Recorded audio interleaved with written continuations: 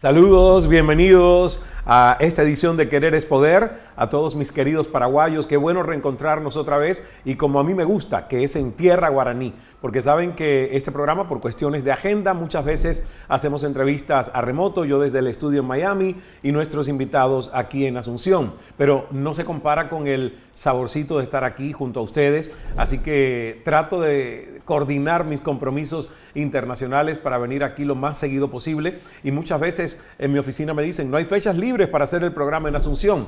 ¿Y saben qué les contesto yo?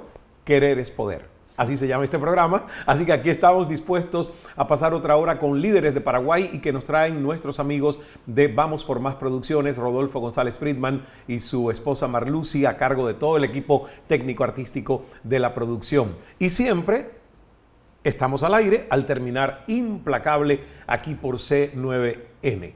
Nuestro invitado de hoy es nada menos que el ministro de Obras Públicas y Comunicaciones, larga trayectoria en la historia del servicio público y la política de la nación. Con él hablaremos durante toda esta hora sobre grandes obras y proyectos que se están haciendo en estos momentos en Paraguay y también un poco más de su vida, conocer a la persona detrás de la responsabilidad que hoy ocupa. Así que damos la bienvenida a Querer es Poder al ministro Arnoldo Vince. Ministro, gracias por recibirnos en su despacho, en su oficina.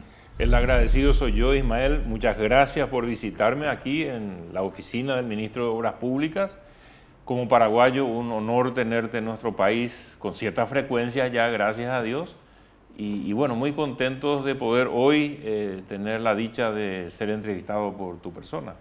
Y la verdad que para mí también es una dicha porque en mis viajes anteriores no le había conocido. Entonces nos estamos conociendo a través de esta conversación, de este programa. Y algo debe estar haciendo bien. Cuando fuera de cámaras yo le preguntaba cuánto tiempo lleva de ministro y usted me dice, bueno, pues los 4 años que lleva el gobierno. Y me puse a pensar y digo, en mis viajes anteriores he escuchado de mucho movimiento, de cambio, de designaciones de nuevos ministerios y ministros. Entonces, ¿a qué se debe que ha permanecido intacto sin que lo hayan movido de este ministerio? No, seguramente el desafío de hacer bien las cosas ha sido una impronta nuestra. Me lleva una larga amistad con el presidente de la República. Fuimos juntos senadores de la Nación en el periodo anterior con Mario Abdo Benítez y bueno, he trabajado mucho en la preparación del programa de gobierno de nuestro presidente, no solamente para las internas partidarias, sino luego en el proceso ya después de las internas para las generales. Y nos tocó remar con situaciones muy complejas en estos años, como ha sido enfrentar la pandemia en gestión de gobierno, y eso genera un gran desgaste, Ismael, genera no solo para el presidente, para muchos ministros. Entonces hubo cambios por diferentes situaciones y así es la política. El ministro es un cargo muy voluble, para decirlo de una u otra forma, porque cuando hay circunstancias o situaciones que ameritan los cambios, entonces el presidente tiene la libertad de poder decidir hacer un cambio. Aquí estamos casi 4 años ya en la cartera y bueno, nos falta un año entero para culminar este periodo. Sin dudas, este ministerio, y vamos a hablar más de eso adelante, es un ministerio que deja huellas. El Ministerio de Obras Públicas es el ministerio, yo diría, más visible del legado de un gobierno, porque es lo que la gente puede ver, lo que en 4 o 5 años se construyó, que queda. Claro, ¿ves? Así es. Hay otros ministerios que generalmente, pues por ejemplo, educación, son proyectos a más largo plazo y entonces a veces en un solo término de gobierno no alcanza para establecer nuevos programas. Pero a eso vamos a regresar más adelante porque como es la primera vez que conversamos, yo quiero que nos vayamos un poquito a la prehistoria, a la infancia, a ese proceso de incubación en Itacurubí de la Cordillera. ¿Lo pronuncié bien, ministro? Muy bien. Pareces un paraguayo ya, como lo estás pronunciando. Muy bien. Veamos cuando llegue a Mondaí, a ver si me sale. Sí. Pero por ahora creo que ese salió bien. Que por cierto, tengo entendido que este es un tipo de piedra de la región, ¿no? Sí, así mismo es. Y Itacurubí de la Cordillera es mi lugar de nacimiento. Ahí está el Hospital Menonita, kilómetro 81, sobre la Ruta 2, que hoy estamos en proceso de duplicación entre Asunción y Ciudad del Este. Interesante, la historia me tocó haber nacido ahí y hoy ser ministro que encabeza el trabajo de la duplicación de esa ruta frente al lugar de mi nacimiento.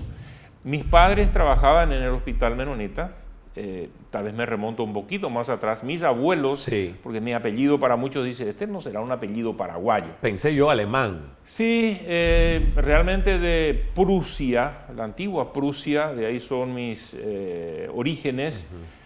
Mis abuelos vivieron en la antigua Unión Soviética y cuando estalló allá justamente el comunismo, mis abuelos y muchos de mis antepasados decidieron huir, los que pudieron. Muchos de mis parientes antepasados fueron exterminados a través de los campos de concentración en Siberia, por ejemplo.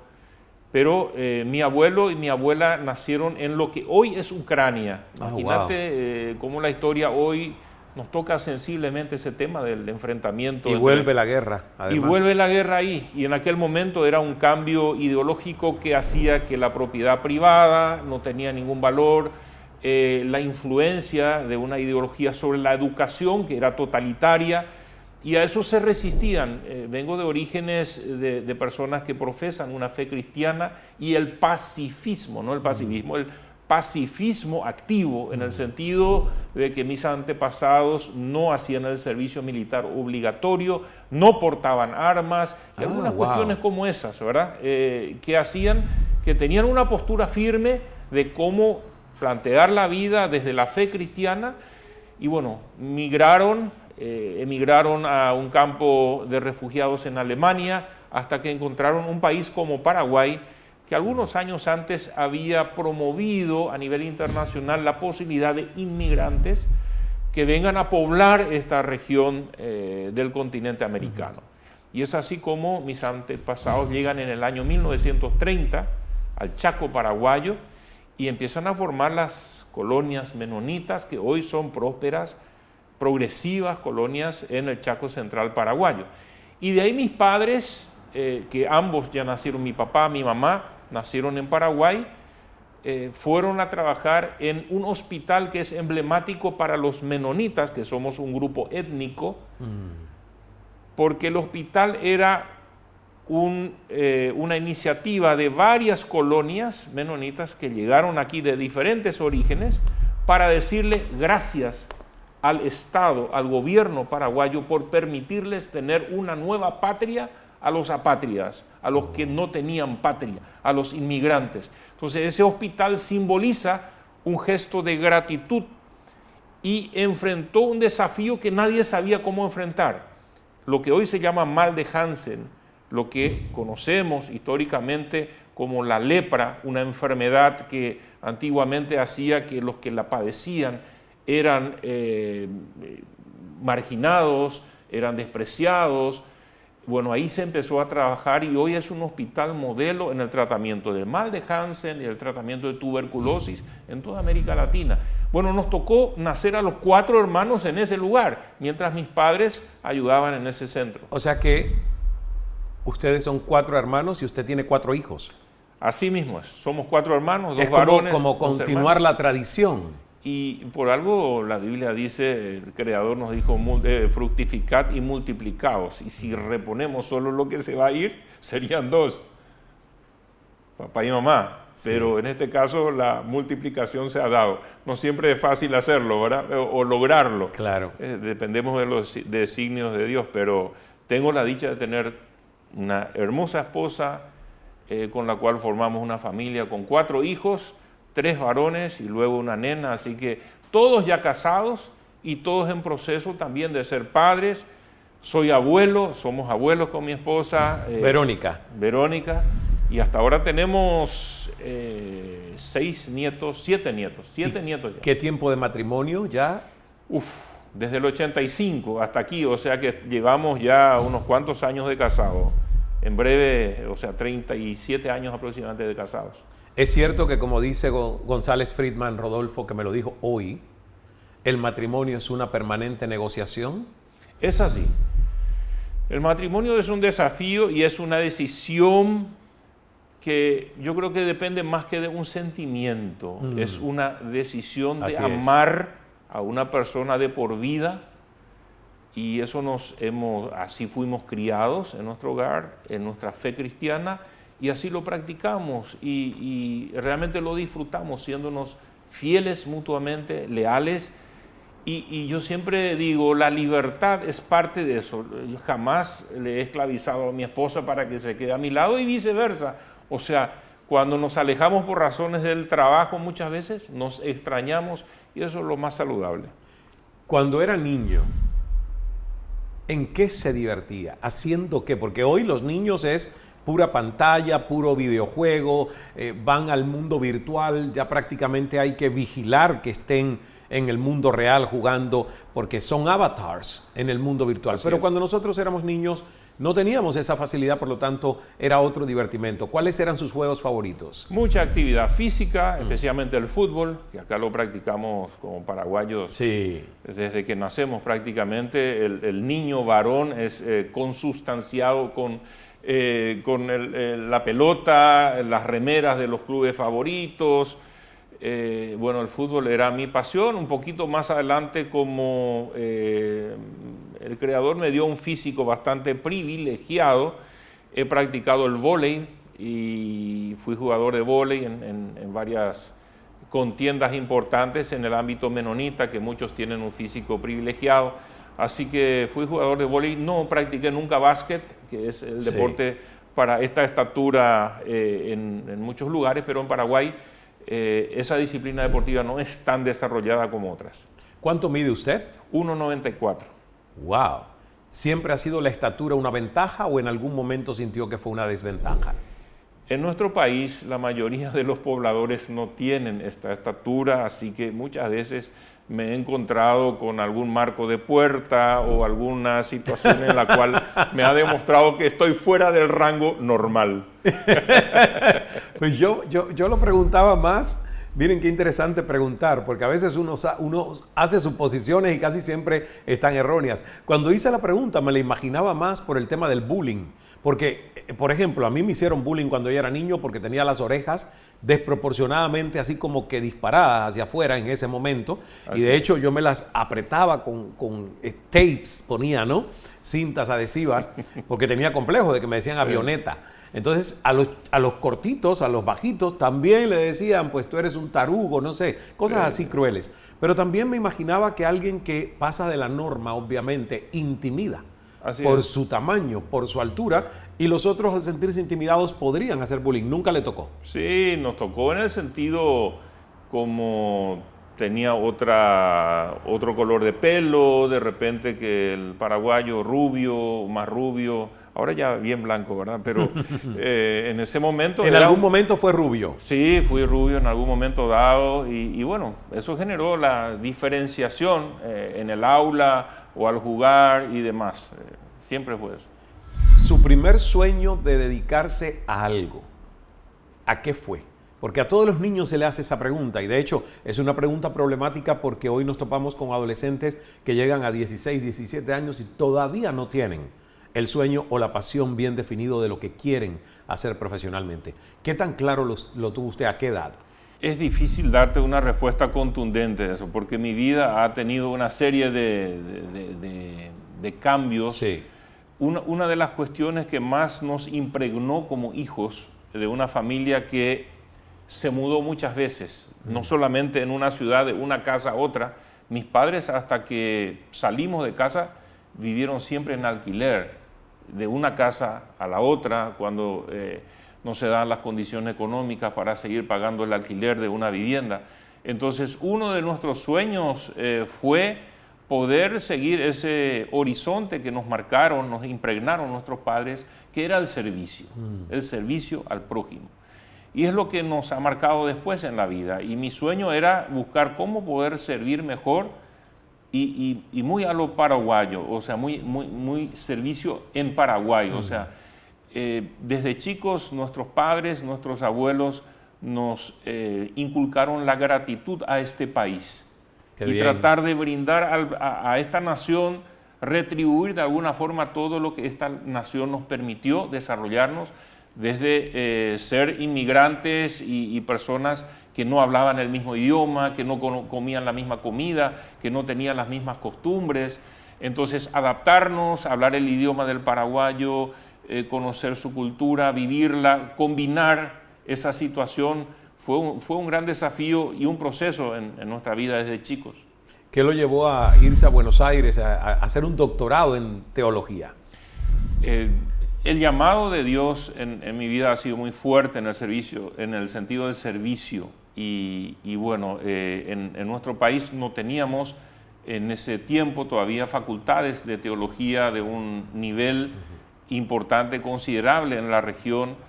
Tuvimos contactos con amigos en Buenos Aires, donde también a través de la iglesia había un contacto eclesiástico, con lo cual se dio la posibilidad de ir a estudiar a Buenos Aires. Y bueno, me tocó estudiar en 2 etapas. Primero hacer lo que es la licenciatura. Me fui de soltero terminando la secundaria, ya enamorado de Verónica. No me permitieron casarme con ella a los 18 años. ¿Quién no lo permitió? Y los padres de Verónica, mis suegros, dijeron: primero ella tiene que terminar de estudiar un oficio, una profesión, y ella estudió, es maestra, hoy en día enseña, es docente, su pasión, y bueno, después de estudiar 2 años, ella iba terminando su carrera, volví de Buenos Aires para casarme aquí con ella, y luego ya la llevé conmigo. Ella estudió también los siguientes 3 años conmigo en el seminario, se formó también de forma internacional en teología, y eso nos ayudó mucho. Interín nació nuestro primer hijo, que vinimos para que nazca en Paraguay en las vacaciones de verano, así que nuestro primer hijo nos acompañó el último año juntos en ese estudio. Luego vinimos a trabajar durante 6 años aquí ejerciendo la profesión de docente, de enseñar teología, y posteriormente fuimos a hacer el año del doctorado en Buenos Aires, y luego terminé la tesis ya en Paraguay trabajando, y ahí ya nos fuimos con 4 hijos. ¡Wow!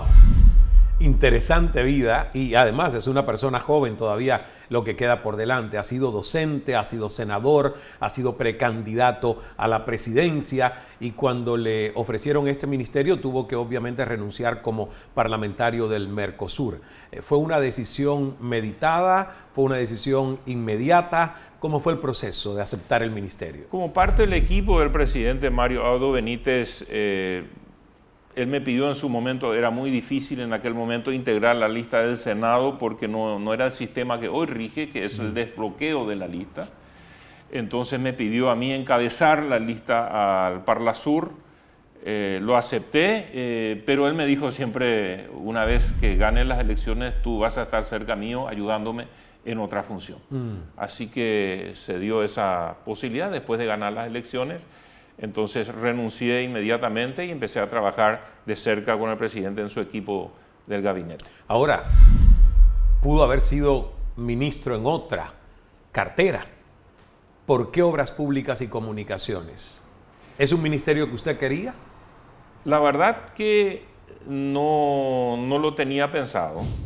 En principio se hablaba de otros eventuales cargos de cerca con el presidente, y él insistió varias veces para que yo acepte. Fue una consulta también con mi familia, porque sabíamos lo delicado de este cargo, lo importante y lo desgastante física, emocionalmente, que representa el trajín de, tal vez, como bien lo dijiste al principio, una de las carteras más estratégicas, no solamente de todo gobierno. Creo que principalmente en este periodo y en este gobierno ha sido una cartera estratégicamente importante, y bueno, nos toca luchar para tratar de honrar la responsabilidad del presidente y del pueblo paraguayo. Me dicen que ya usted ha roto, y todavía no ha terminado el proceso del gobierno ni el periodo, queda todavía 1 año, y que ha roto ya el récord del tema de asfalto, sí, de mayor kilómetros que han sido asfaltados en Paraguay. ¿Cuántos van hasta el momento?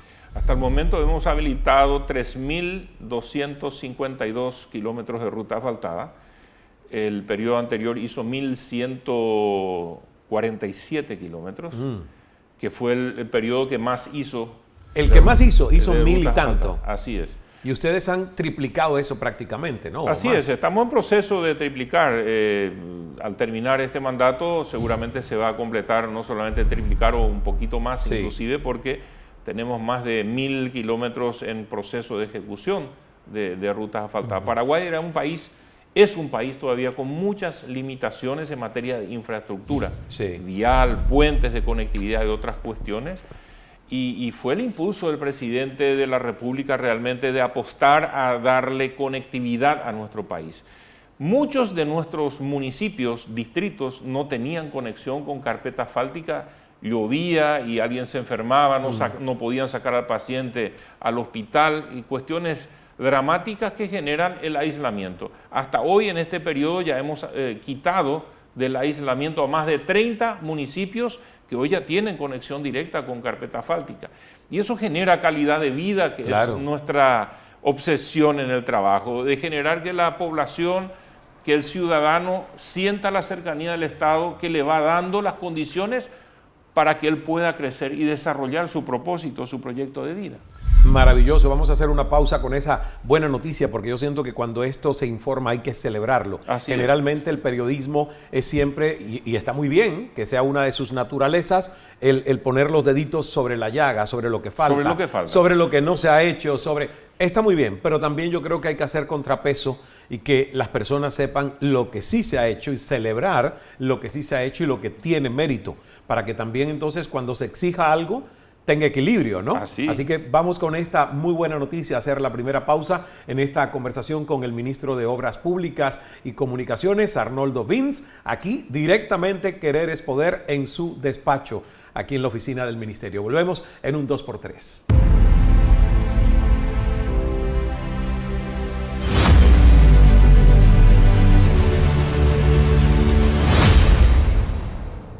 Gracias por regresar a Querer es Poder, C9N, todos los domingos a las 9 de la noche detrás de Implacable con Rodolfo González Friedman. Y hoy tengo el privilegio de tener acceso a nuestro ministro de Obras Públicas y Comunicaciones. Ya yo soy parcialmente paraguayo de corazón, así que me considero que cada vez que vengo a esta nación, pues soy mucho más paraguayo, conozco más de la vida de la nación, de la cultura, de la historia, los desafíos, pero también los méritos que hay que celebrar. Y hay una pregunta que tengo que hacerle, porque Ministerio de Obras Públicas y Comunicaciones es bastante amplio. De hecho, en muchos otros países son ministerios totalmente diferentes. Sí, aquí Ismael, el concepto de comunicaciones quedó en el nombre, pero el área de comunicaciones se creó un nuevo ministerio en el periodo anterior, que es MITIC, el Ministerio de Comunicaciones y Tecnología de la Información.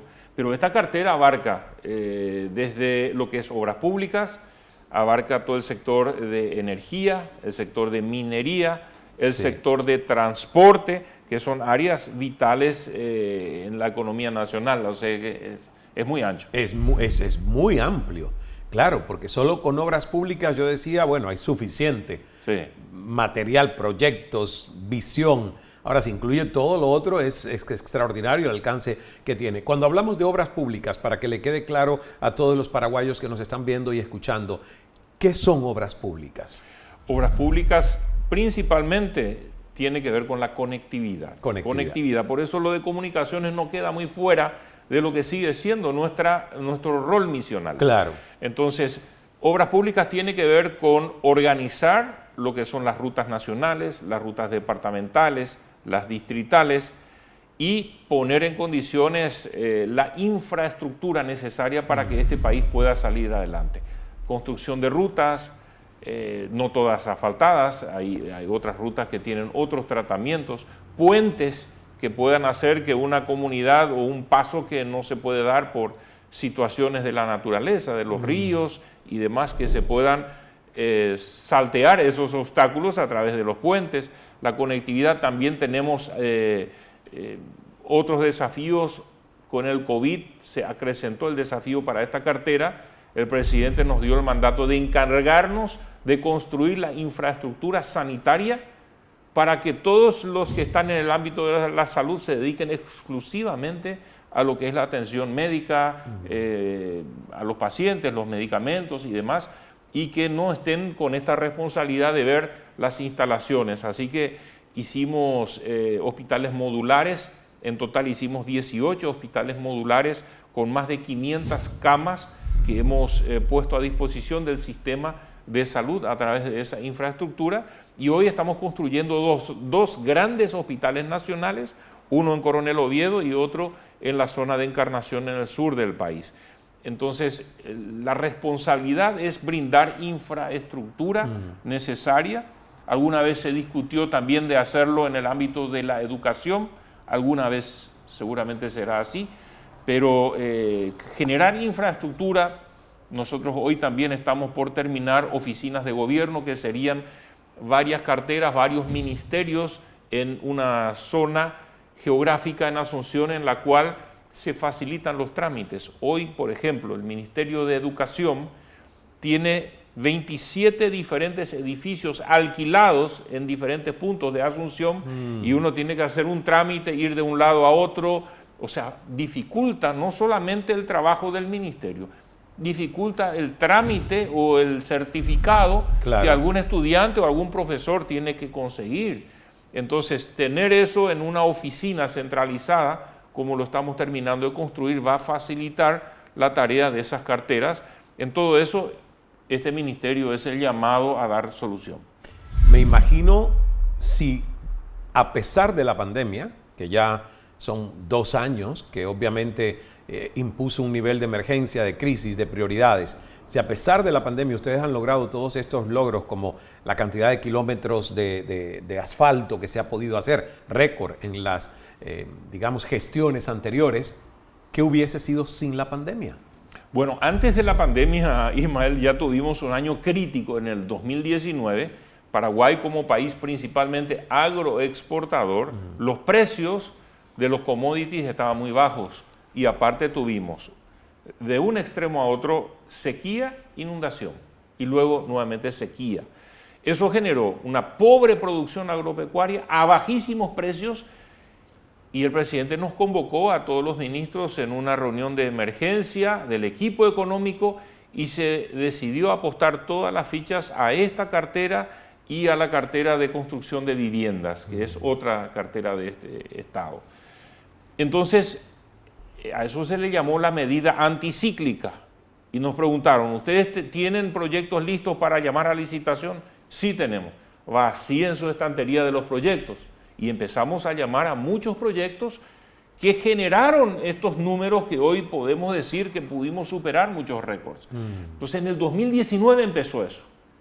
Cuando finales del 2019 teníamos muchísimas obras en marcha como nunca antes, me llama el presidente en su despacho en el Palacio junto con el ministro de Hacienda y me dice, ministro, ya puedes quitar un poquito tu pie del acelerador, apagar el turbo, está bien encaminada la cuestión, ha dado resultado esta medida. Muy bien, pasamos así fin de año, enero, febrero y en marzo estalla el COVID. Primer caso de COVID en Paraguay, primer muerto en Paraguay de COVID. Abril me convocan en el Palacio los mismos presidente y ministro de Hacienda. Dicen, ¿tenés proyectos para llamar a licitación? ¿Podemos volver otra vez a un plan ambicioso para generar empleo en medio de esta crisis, para seguir con este ritmo de inversión? Y bueno, tuvimos una serie de proyectos preparados y volvimos a apretar el acelerador, el turbo, como medida anti-COVID. O sea, vino medida anticíclica por una cuestión económica, que lo único donde el Estado directamente puede invertir y generar riqueza, empleo y demás era en infraestructura. Y bueno, y luego vino el COVID. Y casi el único sector, Ismael, en Paraguay que no cerró y que no paró fue el sector de las construcciones públicas. Y es así como aprendimos con dinámicas de trabajar en diferentes escuadrones, en diferentes horarios. Bueno, se aprendió a trabajar a pesar del COVID en grupos que uno empieza 1 hora antes, el otro otra hora después. Se encontraban en horario de almuerzo diferenciado para ir segmentando, y si en un grupo estallaba el COVID, bueno, ese grupo salía de escena y entraba el otro grupo y así se trabajó. Y bueno, es así como Paraguay dio un salto, Ismael. Podemos decir que que buscábamos eso, pero las condiciones se dieron para que podamos ir tomando la decisión. La meta nuestra fue llegar en el 2023 a una inversión pública en esta cartera de 1.200 millones de dólares. Wow. Esa era la meta. Sí. Ahora, ¿cómo llegar a eso en un proceso de 5 años? Los gobiernos anteriores, o en el periodo anterior, el récord fue en el año 2017 llegar a una inversión de 540 millones de dólares de inversión directa. En el año 2018 estuvimos cerca, el año donde nos tocó la segunda mitad, desde agosto a diciembre, con el cambio de gobierno. En el año 2019, con estas medidas anticíclicas que te mencioné, llegamos a 800 millones de dólares de inversión. 2019. Con eso pudimos empatar y no tener un déficit fiscal. Quedamos en 0%, empatados. Por lo menos no caímos. En el año 2020, el año del COVID, llegamos a 1.000 millones de dólares de inversión. Y el año pasado, 2021, llegamos a 1.100 millones de dólares de inversión. Y o sea, se fueron dando las circunstancias y a veces yo creo que estas crisis son las oportunidades, por supuesto, donde el país pudo sacudirse de una situación y decir, no solamente subsidiar a los sectores, que es un dinero que uno reparte y se esfuma, se va, porque como bien lo dijiste, esta cartera tiene la bendición de poder decir, bueno, acá se invirtió tanto y aquí está la obra, auditable, metro por metro, número por número, ahí está plantado. Y es un bien que forma parte del activo del Producto Interno Bruto del Paraguay. O sea, cada metro de infraestructura eleva la calidad de inversión que tiene un país y genera credibilidad en la ciudadanía para con ese tipo de crecimiento. Oportunidades. Generamos más de 260.000 empleos en este proceso justamente de fomentar la inversión. Hoy tenemos una cartera que tiene proyectos en ejecución por 4.000 millones de dólares. Wow. Son proyectos plurianuales, pero están en marcha más de 300 contratos de obra por un valor de 4.000 millones de dólares. Y eso no es poca cosa para el país que estaba acostumbrado a tener un ritmo, tal vez un tercio de ese ritmo que hoy tenemos. Ministro, ¿y cómo mantener transparencia hacia la ciudadanía en esos costos de los contratos? Yo que vengo de visita a Paraguay, por ejemplo, cada vez que paso por el puente que creo que es el Ñandutí, sí, siempre me recuerda a alguien, este puente supuestamente costó tantos millones de dólares, muy difícil de creerse este número o esta cifra. Sí. ¿Cómo se mantiene transparencia en que sean los números que son y no números inflados por proyectos de construcción? Absolutamente de acuerdo. O sea, una de las cuestiones más importantes es la transparencia y demostrar que cada dólar, cada guaraní que se invierte esté realmente invertido donde corresponde. Tenemos en nuestros procesos licitatorios que son públicos, que son transmitidos en directo también por las redes sociales. Tenemos la dicha de que los precios que se presentan mayormente están en un porcentaje de 20 a 25% por debajo de los precios referenciales. Y eso habla de la gran competencia que hay en el sector empresarial, especialmente en nuestro país, en la ambición de llegar a tener esos contratos. Entonces, en este periodo pudimos hacer muchas más obras con menos dinero. O sea, hicimos rendir mucho más cada dólar en el tema de la inversión. Y cuando hay proyectos como el que mencionaste del puente, es una obra que se hizo para lo que va a ser este fin de año los hermosos Juegos ODESUR, que Paraguay es el organizador de los Juegos, y esa pasarela va a tener un rol protagónico con los Juegos ODESUR, que precisamente va a permitir que la gente pueda estacionar en el Parque Ñuguazú y poder participar de las celebraciones deportivas que están enfrente de esa avenida.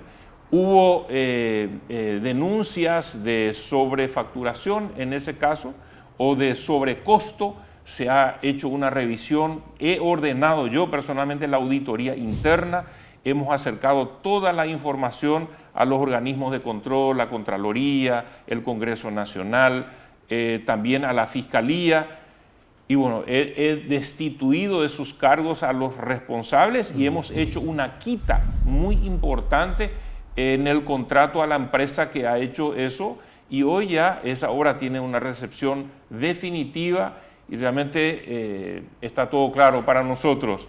Que la gente políticamente quiera usarlo es otro tema. Muy bien, pero entonces por lo que me dice hubo acción correctiva. Así es. En cuanto Cuando se detectó alguna anomalía, se corrigieron las acciones. De todo lo que está, porque son más de 300 obras, no nos da la hora para conversar una por una, pero quizás uno de los proyectos más importantes sea la gestión del puente Héroes del Chaco. Entonces, cuénteme de qué se trata.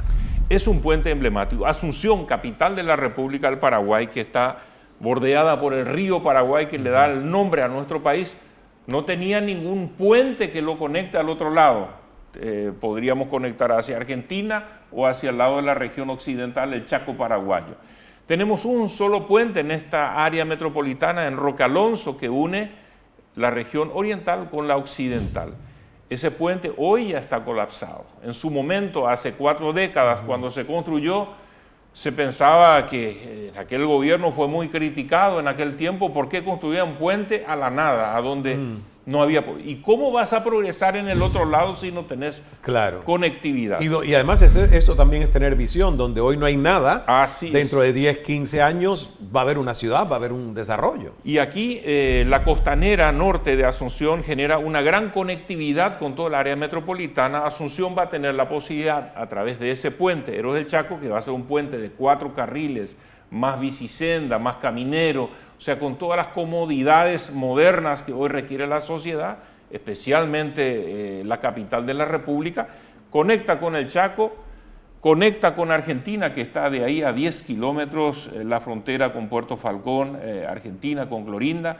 Realmente va a ser una conectividad muy importante que nos permite crecer como paraguayos. Es un puente emblemático. Va a ser, cuando vengas en el futuro, el año 2023, te vas a querer quitar una selfie ahí del puente y decir, yo estuve en Asunción del Paraguay. Qué bien. Va a ser una obra emblemática. Se inaugura en el 2023. 2023 inauguramos el puente Héroes de Chaco. ¿Y qué tal el puente de la integración? Que también es importante porque es una conexión Paraguay-Brasil. Ese puente lo inauguramos este año 2022. Está en un 85% de avance, faltan los últimos un poquito menos de 100 metros ya de encontrarse un puente atirantado que va a generar, así como acá en Asunción también, que quedó corto el puente Remanso, quedó desfasado en el tiempo, el puente de la amistad con Brasil hoy en día está colapsado. Los camiones esperan su turno a la noche para pasar a Brasil. Hay cupo de 200 o 300 camiones por noche. Se colapsa todo el sistema de transporte por falta de conectividad. Y aquella vez, cuando se construyó el puente en Ciudad del Este era un bosque, era un monte salvaje, no había ciudadanía presente, y fue una visión al este. Y hoy el puente y Ciudad del Este, Hernandarias, Presidente Franco, es una urbe que ya reúne cerca de 500.000 personas hoy en día. Eso es lo que genera un puente. Todos estos puentes en lugares estratégicos generan un gran desarrollo. Lo que tenemos que trabajar, y estamos trabajando para que ese desarrollo, ese crecimiento sea planificado y lo más ordenado posible. Y también están trabajando en simultáneo en mejoramiento de vías que son, o redes viales y pluviales. Entonces, me imagino yo que es un ministerio que provoca realmente entusiasmo, porque uno puede medir mucho más fácilmente el progreso, es visible, es tangible, pero también provocará ciertos dolores de cabeza cuando las cosas no van como se esperan, ¿no? Y no se puede hacer todo al mismo tiempo ni al ritmo que uno quiera. Y uno tiene como gobierno nacional que trabajar en conjunto con el gobierno departamental y con el gobierno municipal. Y esas dinámicas no siempre son fáciles. ¿Cuál es el área de competencia de cada uno? Y especialmente las gobernaciones y municipios que tienen pocos recursos que administrar y muchas urgencias también que atender. Muchas veces quieren que el ministerio se encargue prioritariamente de cuestiones que tal vez están en otra área. tratamos de trabajar juntos, ayudarnos mutuamente en todo lo que podemos. Y bueno, los desafíos siempre son más que las soluciones. Y lidiar con lo urgente, con lo necesario, lo importante, siempre es una línea muy delicada. Así como hay satisfacciones, hay muchas soluciones que quisiéramos dar que a veces tienen que esperar su tiempo y su momento en el cual puedan ser ejecutadas. Vamos a aprovechar para hacer la segunda pausa en nuestra conversación en este episodio de estreno de Querer es Poder desde el despacho del ministro de Obras Públicas y Comunicaciones, Arnoldo Vince. No se me vaya, que en un abrir y cerrar de ojos estamos de vuelta después de estos importantes mensajes.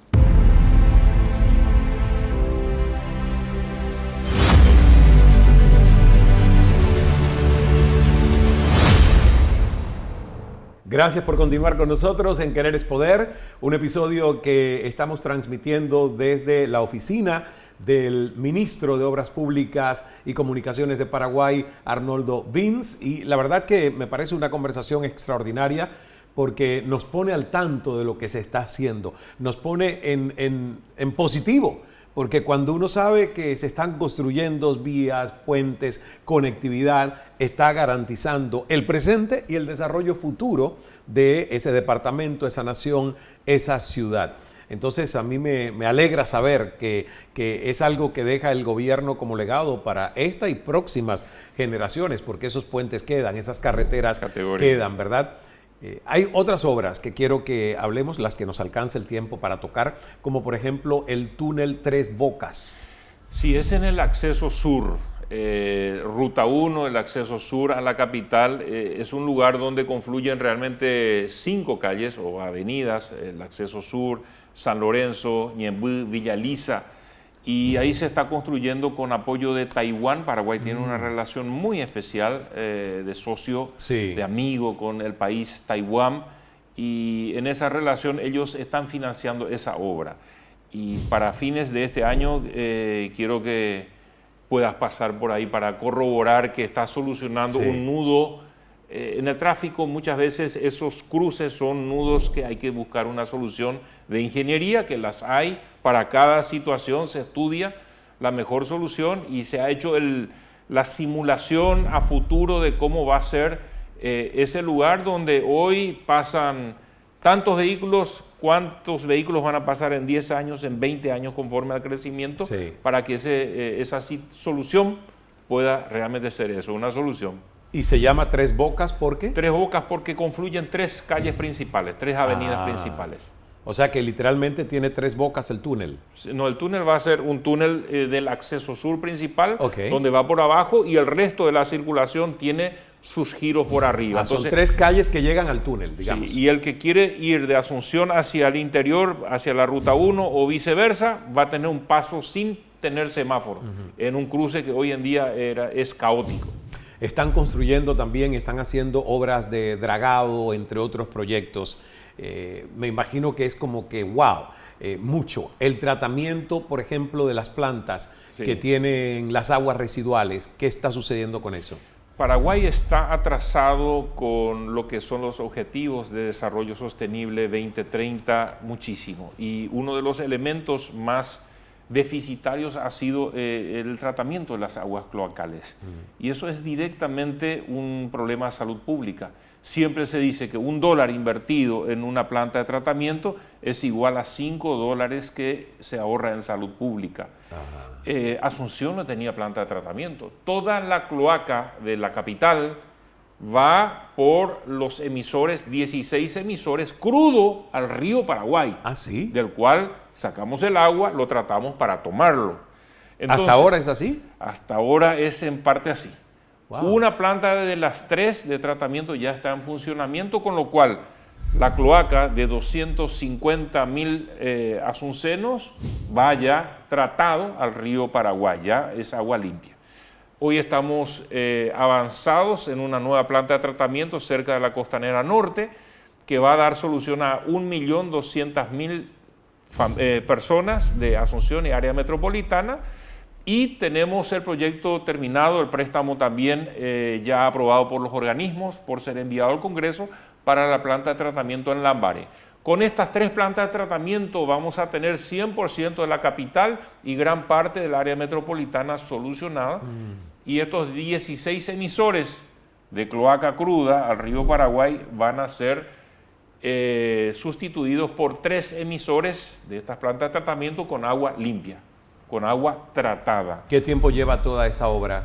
O sea, Bueno, ¿cuándo se estaría terminando? Este fin de año vamos a terminar la de Bella Vista y la otra va a ser iniciada el año que viene seguramente la construcción y va a terminar el próximo periodo de gobierno. O sea, termina con el próximo gobierno. Termina con Pero el ya próximo. comienza con Ya este tiene gobierno. que comenzar con O sea, este que no hay manera de echar atrás, hay que terminarla. Esa es la idea y es nuestro objetivo. Y eso hablando solamente de Asunción como capital y el Gran Asunción. Claro. Luego tenemos proyectos para el este del país, justamente Ciudad del Este, Presidente Franco, Hernandarias, Mingaguazú, Cuenca del Mondaú. La primera etapa ya está en el Congreso del Préstamo, el proyecto de préstamo. Así que son cerca de 6.000 millones de dólares que Paraguay debe invertir en los próximos 10 años en el sector de agua potable y saneamiento para poder alcanzar los objetivos de desarrollo sostenible 2030. Y en ese ritmo es importante hablar de estos proyectos que están en marcha para acercarnos a esa meta. Y cuando me preguntaste sobre el dragado, Sí. Nuestra hidrovía, que es nuestra principal fuente de navegación, de importación y exportación, es una hidrovía que requiere un mantenimiento de dragado permanente, así como otros grandes ríos del mundo, como el Mississippi y otros.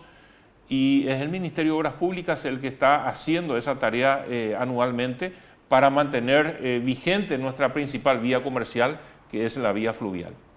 ¿Qué magnitud tiene la operación del acueducto del Chaco? El acueducto del Chaco ha generado la posibilidad de llevar el agua del río Paraguay 203 kilómetros hasta Loma Plata, el centro de las colonias menonitas, y con otras aductoras. Hoy llegamos, esta semana hemos inaugurado el acceso del agua potable hasta Mariscal Estigarribia y otras zonas en los meses pasados. 522 kilómetros de aductora.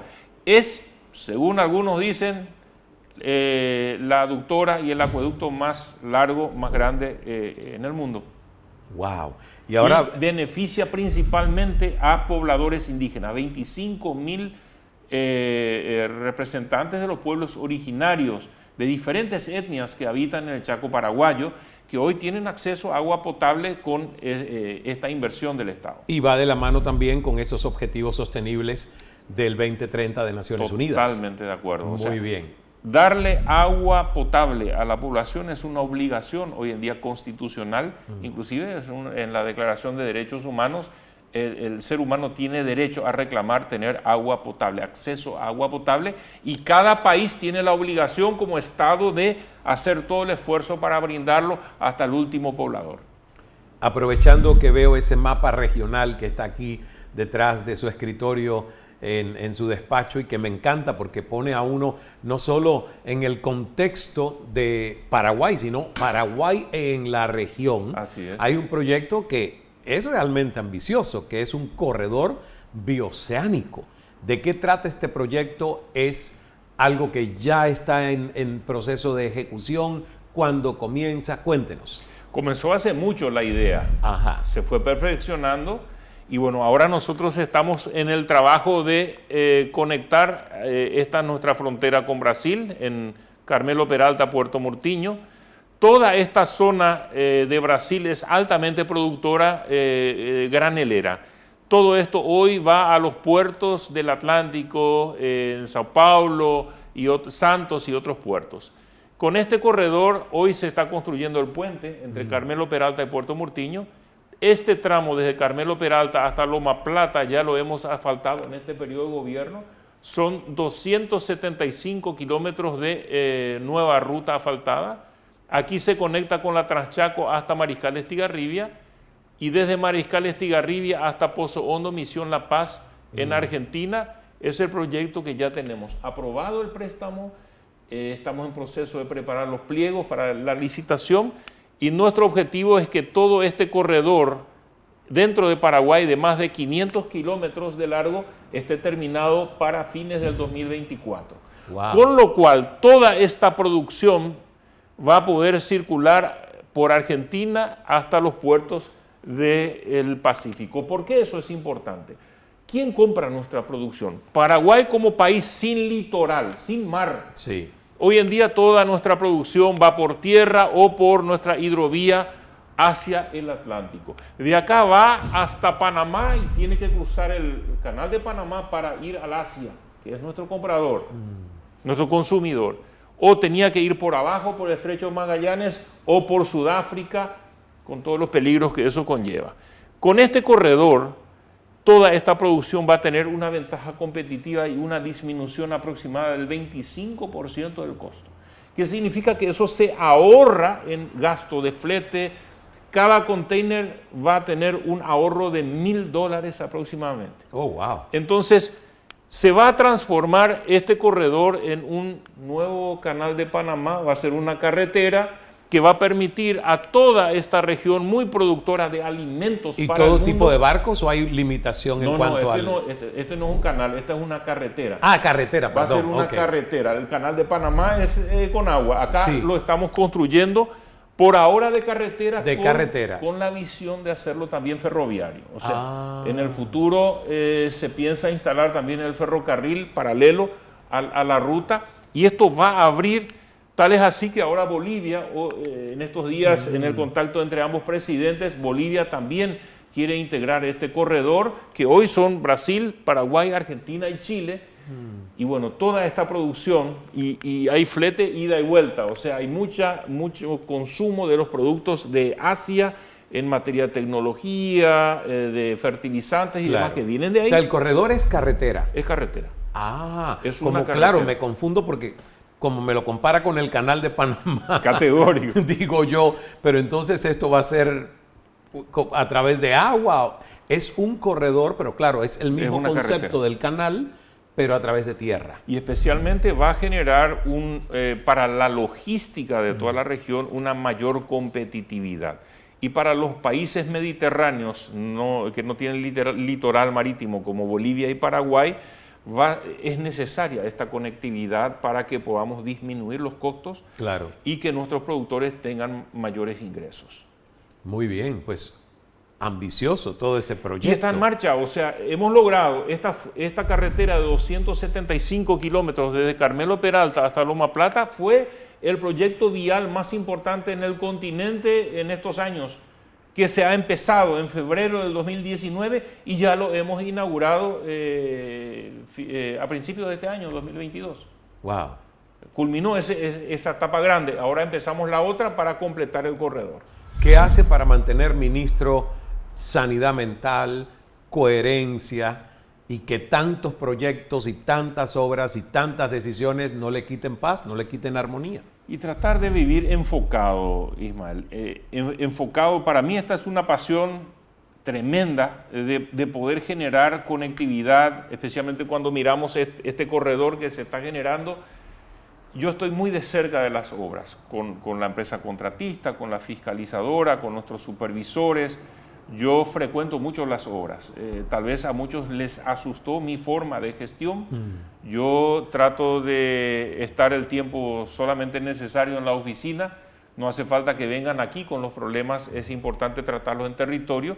Y especialmente tenerles motivados a todos. ¿Motivados en qué sentido? A que entiendan, no estoy solamente manejando esta compactadora. Yo estoy generando una conectividad que cada uno de los operadores de las máquinas pueda saludarle al ministro, sacan sus fotos, les manda a sus parientes, se sienten motivados, porque muchos de ellos van lejos de su hogar para hacer estas tareas allá en el Chaco, donde hay poca población, se aíslan de su familia, y bueno, el hecho de estar cerca de ellos, ayudar a evitar los problemas que genera la burocracia pública, destrabar los procesos complicados. En eso se concentra mi gestión, y bueno, yo vivo apasionado de esto en el sentido de tratar de impulsarlo, y los resultados nos ayudan en el sentido de demostrar que ese es el mejor camino, estar de cerca con los trabajadores. ¿Son esos los juguetitos que usted tenía cuando era niño? Y algo parecido, teníamos un camioncito de Claro, madera, claro. eran de madera en ese tiempo, sí. Eran de madera, Así pero es. ahora ya son bien pesaditos, sofisticados, además son modelos de la vida real, de lo que ustedes utilizan para poder hacer esas carreteras, esos puentes, esa infraestructura que trae progreso. Cuando en mi adolescencia me tocó manejar el tractor, no habían cabinas. Teníamos los mosquitos, teníamos las abejas, las avispas, y el sudor, el sol. Hoy están con cabinas, con aire acondicionado, la mayoría de las maquinarias. Es otro mundo ya. Ya hay comodidad. Hay comodidad, hay mucha tecnología. Así es. Gracias, ministro, por permitirnos estar aquí con usted en su despacho y además transmitirnos esa pasión por todo lo que se está construyendo en Paraguay para el progreso de esta nación. Éxitos en lo que le resta de su gestión y estoy seguro que nos volveremos a ver. Así será, Ismael. Muchas gracias por tu visita aquí y que sigas disfrutando del Paraguay siempre. Gracias. Y me despido como todas las semanas con algo de poesía y hoy que hemos hablado de caminos en construcción con el ministro de Obras Públicas y Comunicaciones, vinieron a mi mente aquellos hermosos versos de Antonio Machado. Todo pasa y todo queda, pero lo nuestro es pasar. Pasar haciendo caminos, caminos sobre la mar. Al andar se hace camino y al volver la vista atrás se ve la senda que nunca se ha de volver a pisar. Caminante, no hay caminos sino estelas en la mar. Qué maravilla, Antonio Machado. Pero en este caso el ministro Vince lo contradice porque nos ha dicho que sí hay caminos y habrá más caminos todavía. Gracias por acompañarnos en otro Querer es Poder. Nos vemos la próxima semana. Recuerda que el secreto del buen vivir es no dejar de sonreír. Dios es amor. Hágase el milagro. Roja Ijú, Paraguay.